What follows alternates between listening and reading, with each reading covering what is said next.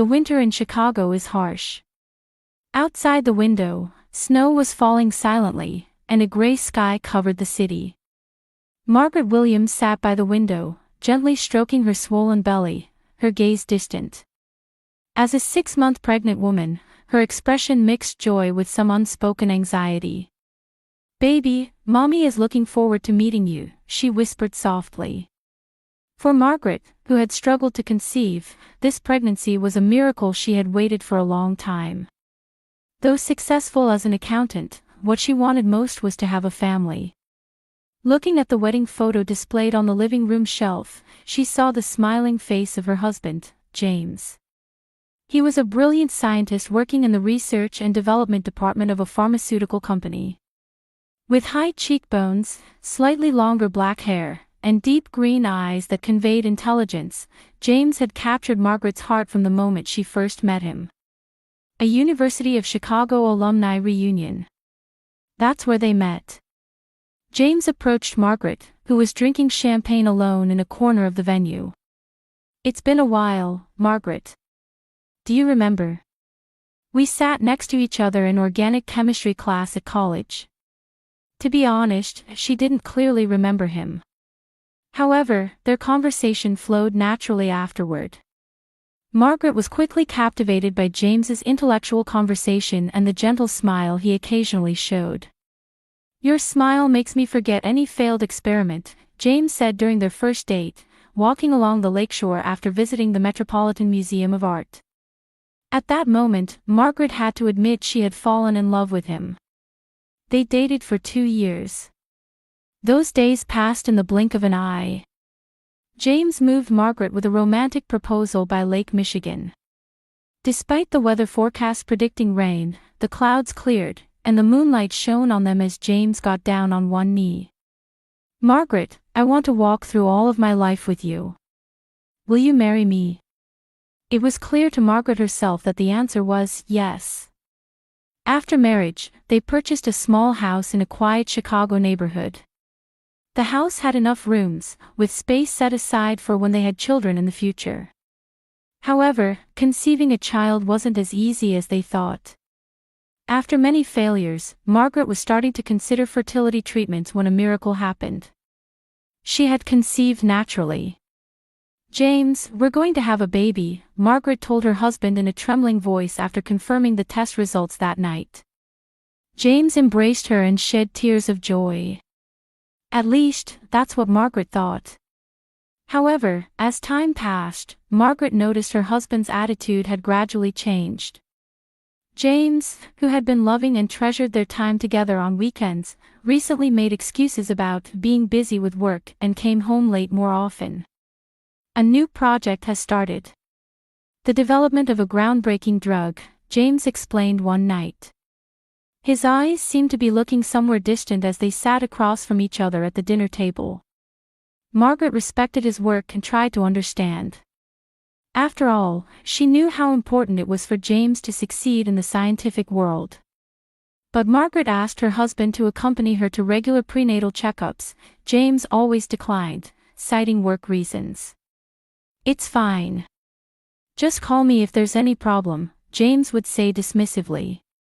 Going to checkups alone had become completely routine for Margaret. It would be a lie to say she didn't feel lonely, but she was patient and tried to understand her husband's busy schedule. Then one day, Margaret accidentally saw a message from an unknown woman on her husband's cell phone.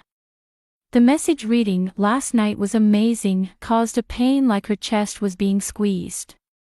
The fear that her husband might be betraying her, a 6-month pregnant woman, crossed her mind, but she had no proof. The morning sunlight gently illuminated Margaret's bedroom through the gaps in the curtains. She slowly opened her eyes and noticed her husband wasn't beside her. This had become common lately. James had been leaving for work early in the morning more frequently. Looking back, when the pregnancy was first discovered, James and Margaret were an ideal couple.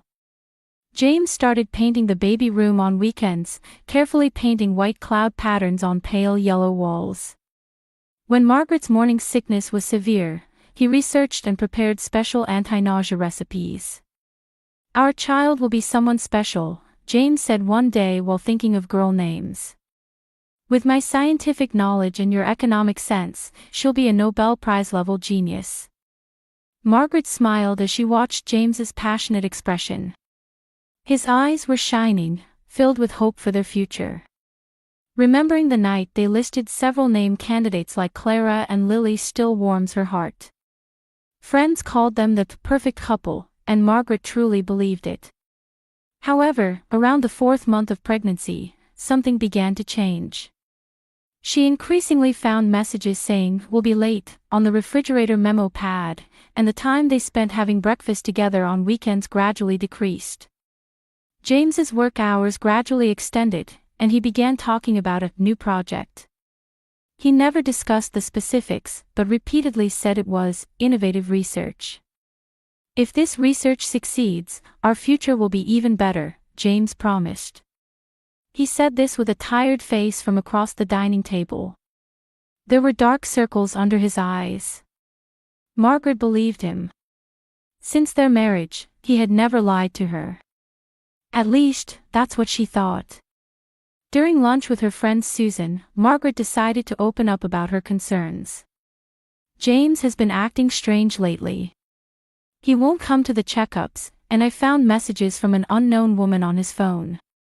Susan, a nurse, gently held Margaret's hand and encouraged her, saying, "Men can have complicated feelings about pregnancy. Especially with the first child. Maybe he's overwhelmed by the weight of responsibility." But he was really happy. "When we found out about the pregnancy, he cried," Margaret said. That was probably genuine emotion. But as reality approaches, fear can grow too. "I know because I've seen many couples at the hospital." Though somewhat reassured by Susan's words, as Margaret made her way home, anxiety still swirled in her head. Was her husband simply avoiding his anxiety about the pregnancy? Or was there a more serious problem? When she got home, she found an unfamiliar receipt on the kitchen counter. Margaret picked it up. It was from La Maison Bluey, an expensive restaurant she didn't know. The amount was over $200. The date was last Wednesday night, when James had said he would be working late with colleagues from the company. Margaret sat down in a chair. Her head was starting to hurt. The seed of doubt had already been planted, but this receipt seemed to make it real. She tried to calm herself by taking a deep breath. It might just be a business dinner. It could be a work meeting, she told herself. However, that night, Margaret began to feel physical changes.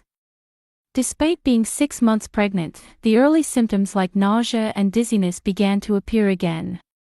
She rushed to the bathroom several times, and each time she washed her face, she felt her face growing paler in the mirror. One morning, after vomiting in the toilet, Margaret was surprised by how pale her face looked in the mirror. Her hair was disheveled, and there were dark circles under her eyes. Despite being pregnant, she had lost weight. She instinctively felt this was different from normal pregnancy symptoms. "Are you okay?" A voice suddenly came from behind. Margaret turned around, startled. James was standing at the door.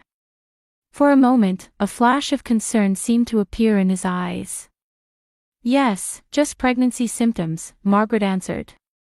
She forced a smile, trying not to show her distress. "I made your morning coffee. A special blend. It should make you feel better," James said as he left. There was kindness in his words, but his eyes felt cold. After that, he started preparing coffee for Margaret every morning. Even pregnant women can have decaffeinated coffee. "This should help you feel better," he would say, always handing her a cup of coffee before she went out. Strangely, she began feeling worse after drinking the coffee. The dizziness got worse, sometimes making it difficult even to stand. "Maybe you should consult a doctor," James said one morning. His voice showed concern, but his eyes seemed to be hiding something. "I have a checkup tomorrow. I'll talk to them about it. Will you come with me?" Margaret asked hopefully. James hesitated for a moment before answering, I'm sorry. Tomorrow is an important experiment day. I can't miss it. I understand, Margaret replied quietly. She was used to it by now. She looked out the window, trying not to show her disappointment. It had started to rain, as if the sky reflected her feelings. Finally, the day of the next checkup arrived. As usual, Margaret headed to the hospital alone. Again today, James declined to accompany her, saying he had a deadline for an important project. On her way to the hospital, Margaret saw a message from her husband on her cell phone. Let me know about the checkup results. I'll be late today. Margaret sighed. The two of them once shared everything and enthusiastically discussed future plans. Now she couldn't help but feel a distance between them. She turned on the radio in the car. As gentle melodies filled the car, Margaret found herself thinking about James's research. He hadn't explained in detail what he was researching at the pharmaceutical company. He said it was because of a confidentiality agreement, but he used to be more open. What had changed? The scenery outside the window changed, and the hospital building came into view. Margaret parked her car in the parking lot, took a deep breath, and then headed to the obstetrics waiting room with familiar steps. White walls, gentle pastel-colored chairs, baby photos hung on the walls. Though she had visited many times, today she felt strangely nervous. Good morning, Mrs. Williams, Maria at the reception desk greeted her with a gentle smile. Upon seeing Margaret's face, Maria's expression clouded. Are you okay? You don't look well. I'm just a little tired. Don't worry, Margaret smiled back. After receiving her examination card, Margaret sat in a corner of the waiting room. There were other pregnant women around her. A woman talking happily with her husband, a woman with a child on her knee seemingly preparing for the next child. Everyone seemed happier than her. After a while, Nurse Judy called her name. Margaret Williams, please come this way. Arriving at the hospital alone as usual, Nurse Judy spoke kindly to Margaret.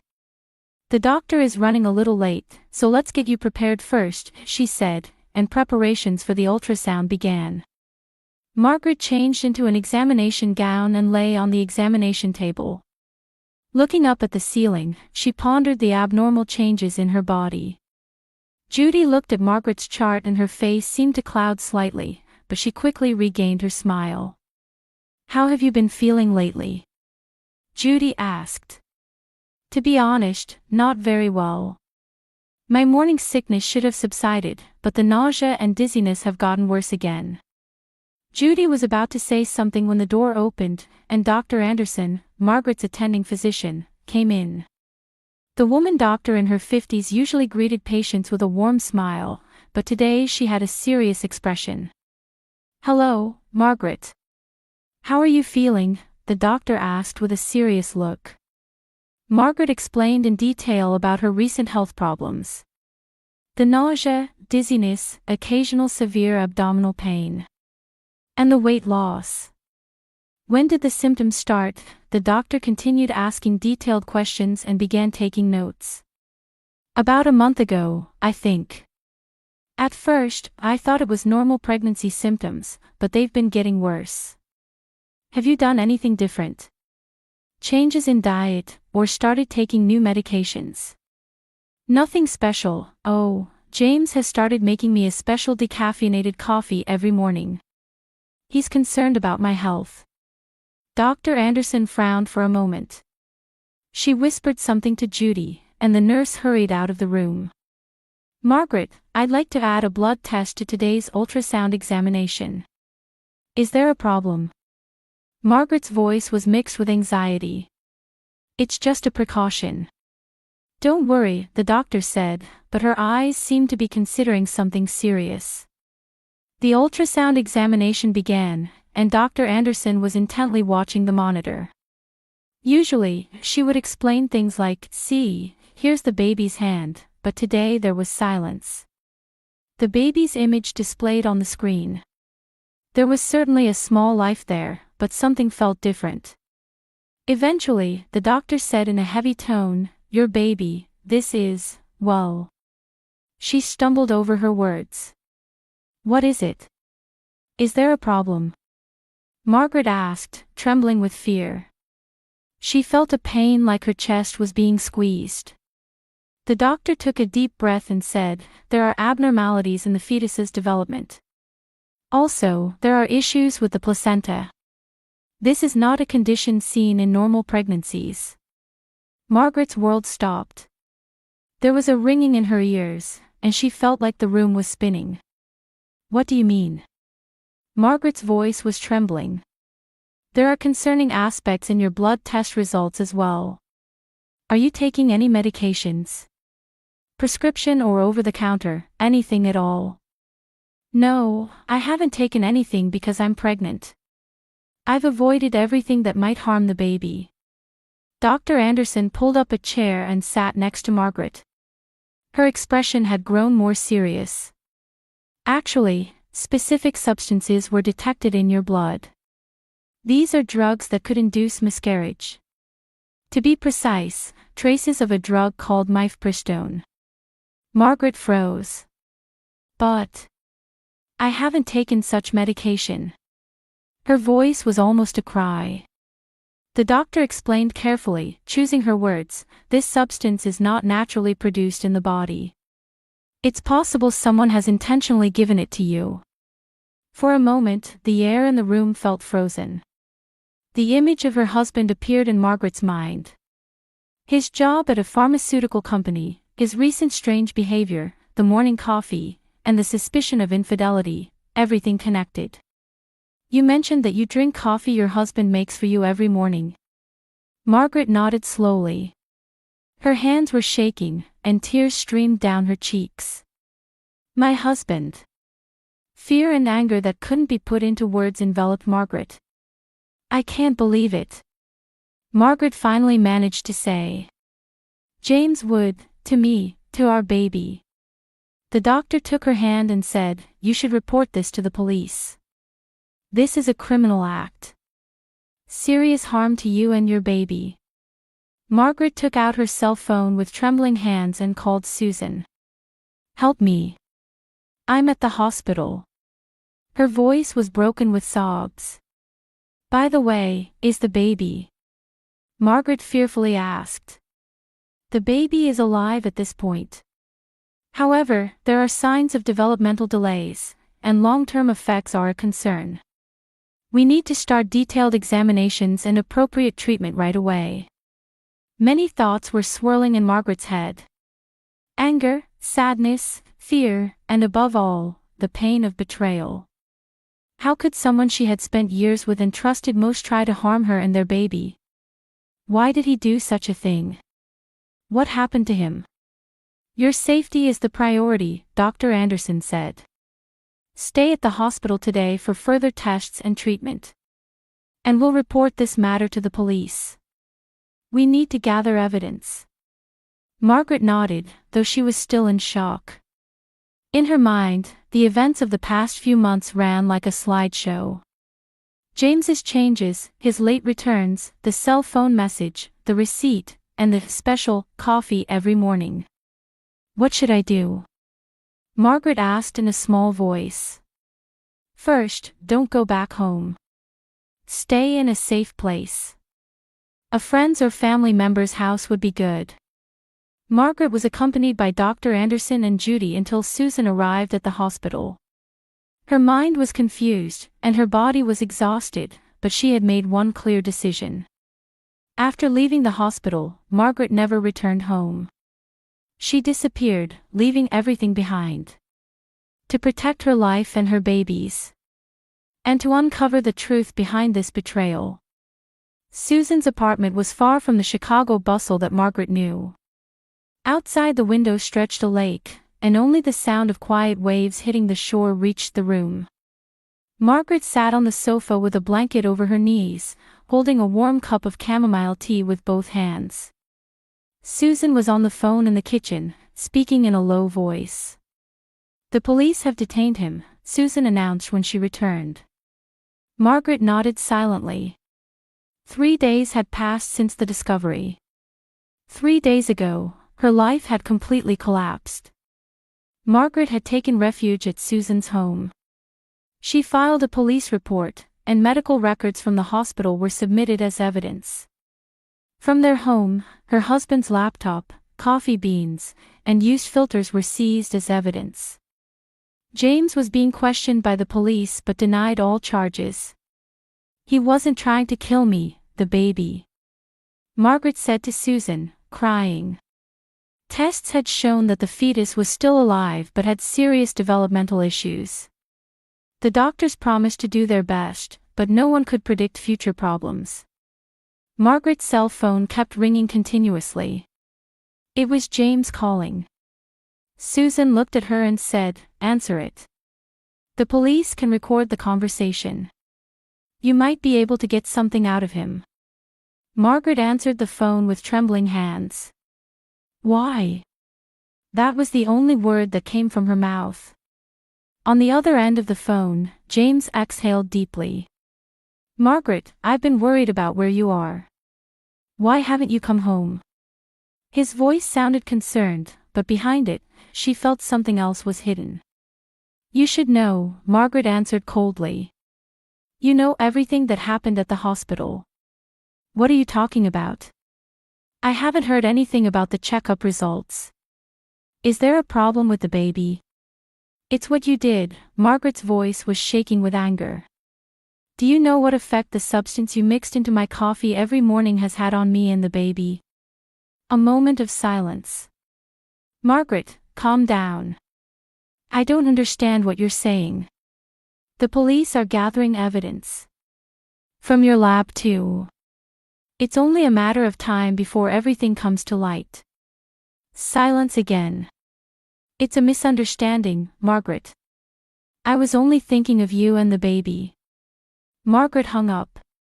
She couldn't bear to hear the voice of her husband, who lied so easily. As the police investigation progressed, Margaret was exhausted both mentally and physically. One day, Susan brought important information. "I heard from a colleague of James's company that he has a mistress. A woman named Caitlin, and she's pregnant too." Margaret's world crumbled. Was he trying to have two families? "No, apparently he didn't want a child with you. Only with Caitlin." Knowing this fact, Margaret reflected on their married life. James's kindness and love in the beginning, and his joy when the pregnancy was discovered. Was it all an act? Or did his feelings change along the way? A week later, with evidence mounting, James finally admitted his crime. He had been mixing drugs that induced miscarriage into Margaret's coffee over a long period. According to his confession, he had a child from an affair with Caitlin, and he considered the child with Margaret as, in the way, both financially and mentally. In the police interrogation room, Margaret faced her ex-husband. He looked haggard, with no trace of the confident scientist he once was. "Why didn't you talk to me directly? You could have asked for a divorce," Margaret asked. Her voice was calm, but inside, anger and sadness were swirling. James answered with cold eyes, "You were the perfect wife. If I divorced, my reputation would be ruined. My position at the company would be in jeopardy. But if you, unfortunately, miscarried, no one would blame me." Margaret was speechless at that cold calculation. The man she had loved wasn't there. Instead, there was a cruel person who would do anything for his own benefit. "You tried to kill our baby," Margaret said quietly. "You, whom I trusted. Understand, Margaret. She's someone who understands my research. We work in the same field and made wonderful discoveries together. She would support my career. So I was in the way of your career. That's not it. But if a child was born, you would become more dependent on me. My time and freedom would be taken away." Margaret stood up. "Goodbye, James. I never want to see you again." At the trial, James received a heavy sentence. For intentionally harming a fetus and poisoning his wife, he was sentenced to 15 years. Newspapers reported the case with headlines like, "Devil Scientist Attempts to Poison His Own Child," and James's career completely collapsed. His research partner, Caitlin, was also investigated for possible complicity, but she claimed she didn't know. After the trial ended, Margaret went to the hospital alone to check on the baby's condition. Fortunately, thanks to the discovery of the Drug Administration and appropriate treatment, the fetus's condition had stabilized. The doctor said, "We can't say completely healthy, but there's a high possibility the baby will be born." "Is there a possibility that this child will have some disability?" Margaret asked fearfully. "Unfortunately, that possibility exists. Developmental disorders or learning disabilities are possible, but there's a lot we won't know until after birth." Margaret made her decision. "I will have this child and raise it alone. This child has done nothing wrong." Dr. Anderson smiled gently. "You will be a strong mother. We will support you with all our strength." On the way home, Margaret placed her hands on her stomach in the car and whispered softly, "It's okay, baby. I won't let anyone hurt you anymore. Mommy will protect you." 3 months later, Margaret gave birth to a baby girl. The small cry echoing in the hospital delivery room announced the beginning of a new life. The baby, named Lily, had some developmental disorders as expected, but to Margaret, she was the most beautiful miracle in the world. "You are my miracle," Margaret whispered as she held her daughter's tiny hand. "No matter what difficulties come, we will overcome them." Susan attended the birth and supported Margaret with all her might. "She looks just like you. She has the same strength," Susan said, stroking Lily's soft cheek. When Lily was about 3 years old, Margaret began to consider moving to San Diego, where there was excellent special needs support. Lily had delays in language development and motor function disabilities but had grown into a bright and curious child. Her smile was the light that illuminated Margaret's heart. Margaret had financial security from the compensation awarded in James's trial and the division of his assets, but there were too many painful memories in Chicago. "Should I start a new life in a new place?" she consulted with Susan. "You can build a wonderful life anywhere," Susan encouraged her. A new environment might be good for Lily too. The new life in San Diego brought peace to Margaret and Lily. A small house surrounded by a mild climate and gentle sea breezes. Margaret continued her work as an accountant remotely, and Lily began attending a school with a special support program. Her strength and determination became a beacon of hope for mothers in similar situations. "Looking at you, I think we can move forward too," one of the mothers in the support group said to Margaret. It became a major turning point for her. Margaret established a support group for parents of children with disabilities, and the activity gradually expanded. Her experience gave hope to parents facing similar difficulties. One day, when Lily was 5 years old, at a gathering of Margaret's support group, she met a man. Robert was the father of twins with developmental disabilities and had lost his wife in an accident. The two gradually became close, and their children also became friends. "Lily is a special child," Robert said one day, watching Lily play with other children in the park. "You're special too, Margaret. The strength that has brought you through these difficulties makes you shine." Margaret smiled. She felt the door that had been closed in her heart for a long time beginning to open a little. She couldn't completely forget the pain of the past, but she could have hope for the future. "Maybe I was fortunate," Margaret said quietly. "Without that experience, I wouldn't have known Lily's special strength, or this new life." Before them stretched a road, uncertain yet filled with hope. As Margaret embraced Lily, she thought, true love is not something that hurts others, but something that protects, nurtures, and helps them grow. She now knows its real meaning.